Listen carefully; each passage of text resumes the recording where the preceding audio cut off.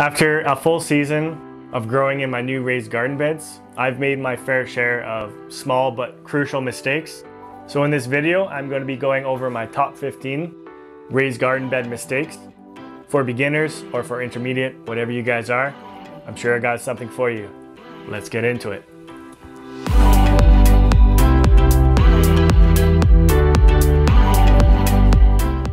Hey guys, this is Devin from Prepping to Survive, where I help you live a simple, safe, and happy life. I have found many great benefits to using a raised garden bed rather than having an in-ground bed, such as no soil compaction from footprints, so you're not walking on your raised garden beds, less weeds to deal with, and you extend your growing season because the soil will warm up quicker in the spring and then stay hotter or warmer in the fall.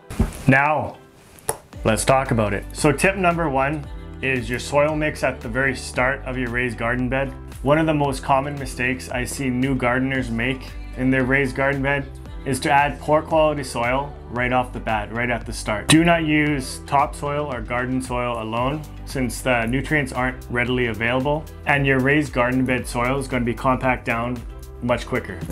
So try to fill your top 10 to 12 inches of your raised garden bed with quality soil. This can be compost, raised garden mix, or a combination of topsoil and either of those. Some of these raised garden beds, you can build them as tall as you want. Some of them come 20 inches, so you don't have to sit down or kneel down as much when you're doing your gardening. So you can fill the bottom part up with whatever you want. You can do something like a hugelkultur, where you put branches or logs or leaves, larger organic material, at the bottom below your 10 to 12 inches, but the 10 to 12 inches, the remaining top 10 to 12 inches should be filled with the highest quality soil. The large organic material at the bottom will break down over time, and that'll keep your soil full of nutrients for your deep-rooted crops. Keep in mind that no matter what you do at the beginning, it will take time for your soil to have the perfect ecosystem with your microbes, your bacteria, your fungus, all that combined. It does take time, so it is important to start with good quality soil, but then also amend it over time. And this brings me to my second tip: keep amending your soil. Whether you make your own compost or you buy some from the store, it's extremely crucial for you to add compost after you've taken all your crops out, since they will use the nutrients in the soil. So that's the amending part of this. Add 1 inch of compost over top of either your whole raised garden bed, which will cost more, or where you pull the roots out of. Sprinkle about 1 inch around that area. Compost can get very expensive, especially if you're using a lot of it. So a tip that I do is I make my own compost at home in a compost tumbler. And you can make compost, you can make your own compost in an apartment or your house. So with an apartment, you obviously can't make as much. And if you have a house, I will link to how I built a compost tumbler in the description, and the total cost of that was $108. So it's just a composting bin that spins, adds air into the composting mix, speeds up the process. The only thing you have to do for the build that I did was you have to manually spin it once a week, roughly, is what I do. Tip number 3 is what direction your raised garden bed faces. If you live in the northern hemisphere, you want your raised garden bed to be facing south without anything blocking it. And then if you live in the southern hemisphere, you want your raised garden bed to be facing north.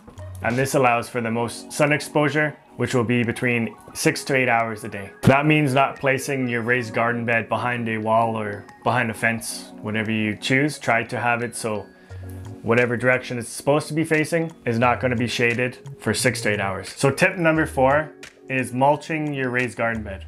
Mulching does a few things. It keeps moisture in your soil. It stops the sun from ruining your soil, from beating down on it.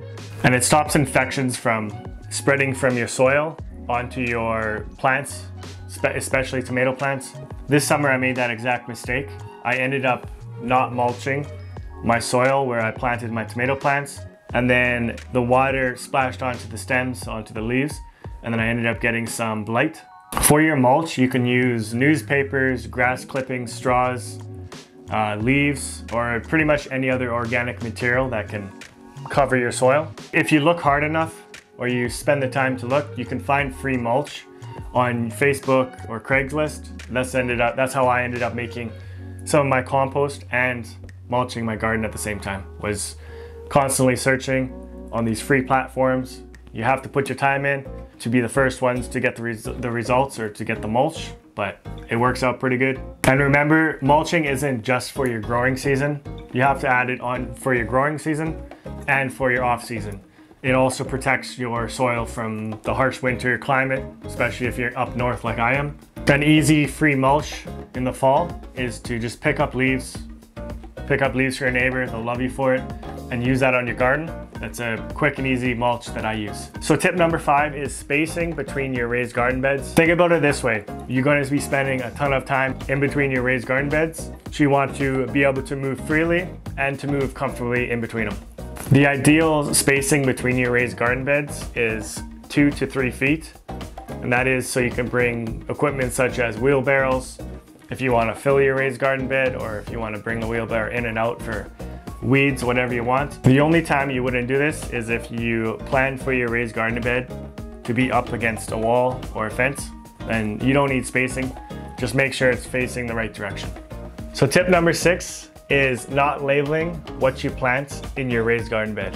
So when I first started gardening, I ended up planting spinach and lettuce and a couple other crops, but I didn't label anything. And because I was new, I had no idea what I had planted. So every single plant looked like a weed and weeds looked like plants. And it was just a total nightmare. So especially if you're beginning, make sure you label your crops. It'll help out quite a bit. By labeling your garden, you can keep track of what you planted, the date you planted them, and then when you should harvest. It makes gardening life much easier.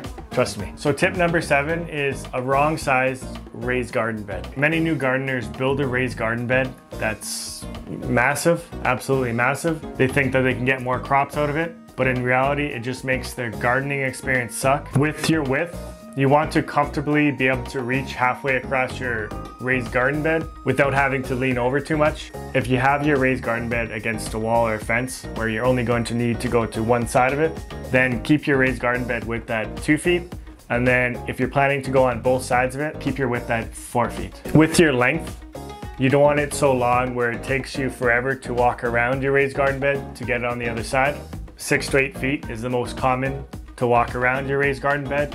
But one other thing you guys have to think about is the height of your raised garden bed. If you're placing your raised garden bed on concrete, then stick to 10 to 12 inches. That'll cover pretty much every single crop. And if you're building over top of soil instead of concrete, then you can get away with 6 to 8 inches. That'll leave enough deep-rooted crops to go down into the existing soil further than your raised garden bed, and it'll cover all angles. So that's your dimensions for your raised garden bed. Tip number 13 is using the right material to build your raised garden beds. Recently, I ended up building a greenhouse in my backyard. When I went to Home Depot to buy the wood I was using to build, I was absolutely blown away by how much wood has increased in price. It's pretty much double from 6 months ago. It might be a bit different where you guys are from, but keep in mind each location, wherever you guys are building your raised garden beds, or doing gardening construction in general, use material that's cheaper in your area. Most gardeners use wood in their raised garden bed, mostly because it's the cheapest and the easiest to work with, but other alternatives could be metal, brick, or stone. With all three of those, they don't decompose as frequent as wood. They probably won't decompose in your lifetime. So the two things you have to consider when choosing what material you want to use is your location. So if it's really humid, your temperature, how low your temperature goes or how hot it goes, or the location of your raised garden bed. So if you're on a sloping hill and water seems to run down the hill, then don't use wood at the very bottom. Don't use wood as your raised garden bed. Stone or brick, they can get water in between the crevices, and if it gets really cold, brick can break, stones can break. Metal is a very solid option, but it tends to be the most expensive. Now for pressure treated wood, if you have wood that's 2003 and older, then don't use it. There are toxins that will go into your garden and go into your vegetables. It can be hazardous to you guys, so stay safe. All the wood that's pressure treated nowadays is supposed to be safe for your garden. It's mostly going to be your guys' discretion, but what I would suggest is put a liner between your soil and your wood. If you do use pressure treated wood, The benefit to that is it does last a lot longer than regular wood, but put a liner so the toxins can't seep. If there are toxins, it's all up for debate, but just stay safe. Tip number 14 is regular irrigation for your plants. I will admit that I haven't always been the best at this. When I first started gardening, my schedule was getting up at 4:45, going to work, and getting up an extra 15 minutes that early wasn't my happy times. It definitely wasn't. I'm a morning person, but not that early. Some of you guys might have the same problems, and there are solutions for it, but regardless, consistent watering is very, very important for your garden. Think about tomato plants, right? When they start producing their tomatoes, they suck up a ton of water. If you haven't been watering regularly, it's kind of like your body, where if you gain a bunch of weight really fast, you're gonna have stretch marks. Well, with tomatoes, the same thing. If you don't water them, and then you water them all at the same time, their tomatoes are actually gonna have splits in them, and it's pretty much stretch marks. And those splits can rot the tomato. The tomato looks not very good if you're going for like a farmer's market type of deal. They don't look good. So regular watering, very important. If you are just starting out with gardening, I get it. You don't want to spend a whole bunch of money. You want to see if you actually enjoy gardening. But a good way to regulate your water is by using a drip irrigation. And I'll link to my favorite type in the description below if you guys want to check it out. So the last and final tip, which is tip number 15, is to use season extensions on your raised garden bed. What a season extension does is it keeps frost off of your plants, and depending on your zone, it might allow you to grow all year round. By adding a season extension such as hoops, a frost cover, hinged hoop house, a greenhouse, or any of the other forms, you can extend your growing season, so 1 month before the last frost date and 1 month after. Thank you guys for sticking around to the end. Hope you guys enjoyed the video and you got something useful out of it. Out of the 15 tips, you can at least put one into action next year. If you guys have any questions, or if you have any tips that I missed, leave a comment in the description and I'll read it. Until next video.